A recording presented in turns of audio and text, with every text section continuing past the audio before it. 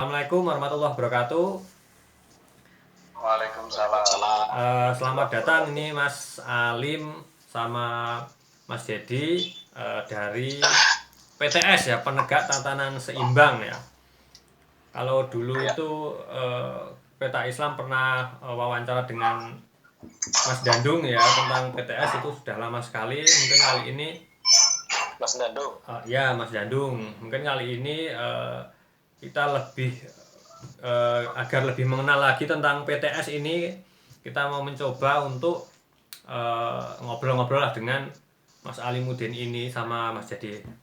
Mungkin perkenalan dulu, monggo dari Mas Alimuddin dulu, mungkin perkenalan kepada kawan-kawan. Silakan, waktu dan tempat dipersilakan. Makasih. Nama saya lengkapnya Rahmat Alimuddin. Saya tinggal di kebetulan saya sama teman-teman membentuk sebuah diskusi ya. Kemarin sepakat namanya PTS, Penegak Tatanan Seimbang. Nah, itu nanti lebih lanjut kita nanti masuk ke obrolan aja. Apa sih itu penegak tatanan seimbang kan? Oke. Nah, kemudian Mas Dedi silakan. Oke, silakan lanjut perkenalan diri. Saya Dedi, Pak. Jadi Dedi Sigit, aslinya Jember. Kebetulan terkait dengan PTS ini, saya adalah rekan lama dengan Mas Alim itu mulai kuliah. Jadi terus terang kita berawal dari teman ngaji dulu, teman kuliah, kemudian sama-sama ngaji. Kemudian lama-kelamaan ya, ketika kondisi berubah, Mas Alim ini semakin serius mendalami tentang nilai-nilai kehidupan yang akhirnya direnungkan, ada gagasan tentang bagaimana membangun kehidupan yang seimbang gitu ya, sehingga kami tentunya karena sudah sangat tahu dengan gagasan itu sejak awal, maka kami juga bagian dari yang bergabung di dalam kelompok forum penegak tatanan seimbang ini. Jadi ada beberapa teman yang tergabung. Saya salah satu di antaranya. Saya domisili di Jember sampai dengan sekarang. Itu Mas, sementara yang bisa saya sampaikan. Oke, siap. Terima kasih. Mungkin langsung saja ya, saya mau bertanya-tanya ini sebenarnya mewakili kawan-kawan juga dalam komentar-komentar itu. Ya.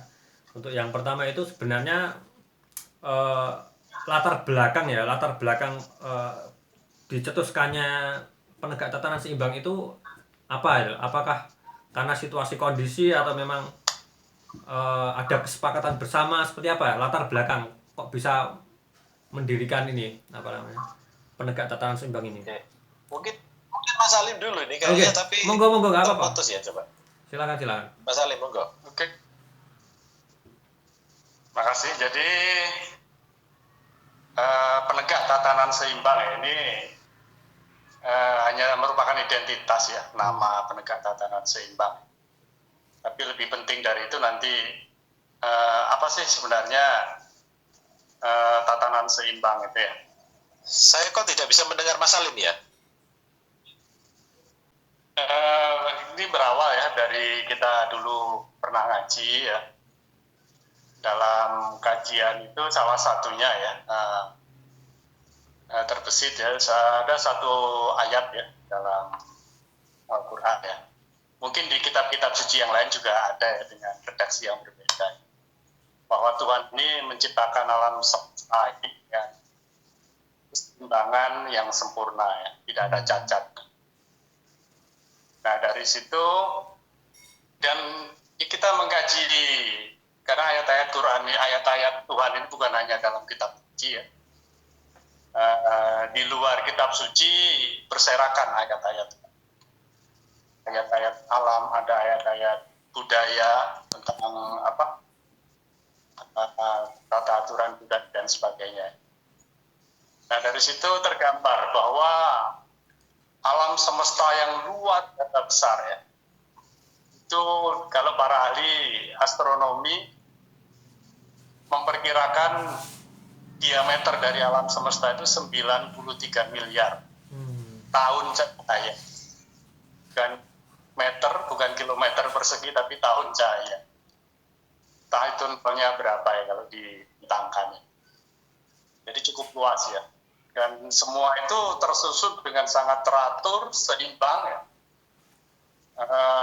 Alam semesta terdiri dari galaksi-galaksi, di dalam galaksi terdiri dari mungkin jutaan atau miliaran tata surya.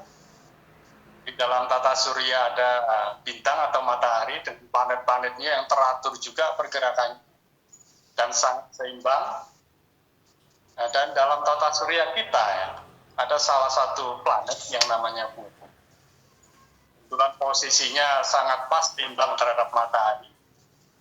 Di dalamnya banyak sistem-sistem yang juga sangat teratur dan seimbang, ekosistem darat, laut, udara mungkin ya, kemudian susunan atmosfer sebagai pelindung juga sangat seimbang. Sampai hal-hal yang terkecil ya, sel ataupun atom. Satuan yang tersusun secara teratur dan seimbang. Di dalam jasad kita sendiri, tubuh kita diciptakan sangat seimbang sempurna ya, di awalnya dulu. Jadi Tuhan tuh sangat identik dengan keseimbangan ya. Jadi ajaran ilmunya ini sangat seimbang.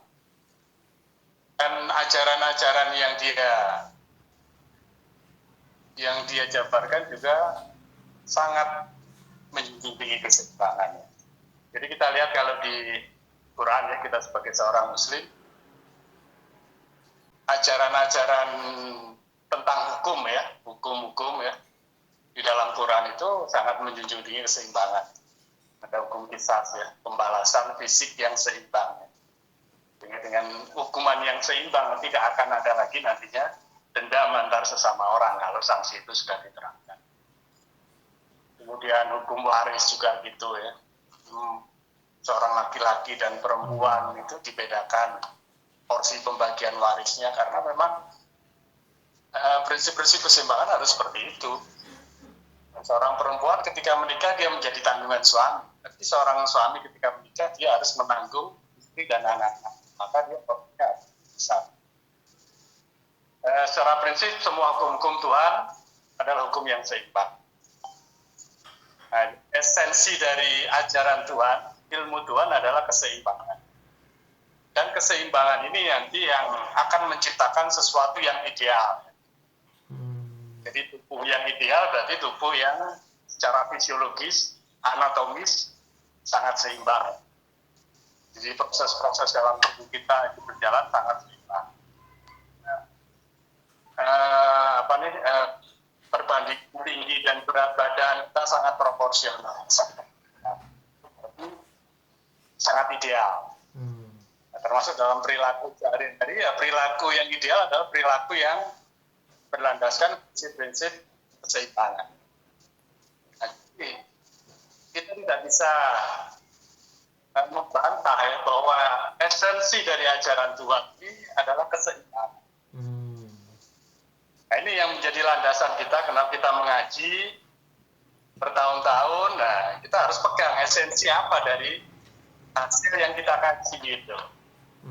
Esensi yang kita pegang. Kita nggak bisa membentangkan satu tujuan. Jadi arah dari gerakan kita nggak akan jelas. Esensi kita tahu. Maka esensi dari ajaran Allah adalah keseimbangan. Nah, ini terkait nanti ketika kita mengucapkan Bismillah. Nah, itu sebagai ayat inti dalam ya, dengan mengucapkan itu sudah tergambar keseluruhan isi Quran. Nah, esensi keseimbangan itu harus tergambar dalam Bismillah. Yang menyatakan berdua menurut atau atas nama Allah atau menurut ketentuan Allah, yang berarti ya ketentuan Allah, ajaran Allah adalah ajaran yang sangat seimbang, ajaran yang bertujuan untuk mewujudkan kehidupan seimbang. Nah itu.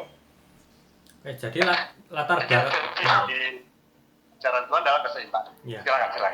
Ya, jadi latar belakang yang mendasari adanya penegak tatanan seimbang ini adalah memang dari ayat-ayat Al-Quran memang ada, istilah prinsip-prinsip itu kan ada, ya. Kemudian memang dari hasil dari pengkajian ya, dari hasil pengkajian kemudian mendapat apa istilahnya suatu ajaran dari Tuhan itu, dari Allah, dari hasil kajian itu bahwa segala sesuatu itu bersifat seimbang, baik itu alam semesta, baik itu apa namanya, semua yang Allah ciptakan itu dalam gerak seimbang. Nah, apakah penegak tatanan seimbang ini dimaksudkan untuk menegakkan keseimbangan budaya? Apakah seperti itu?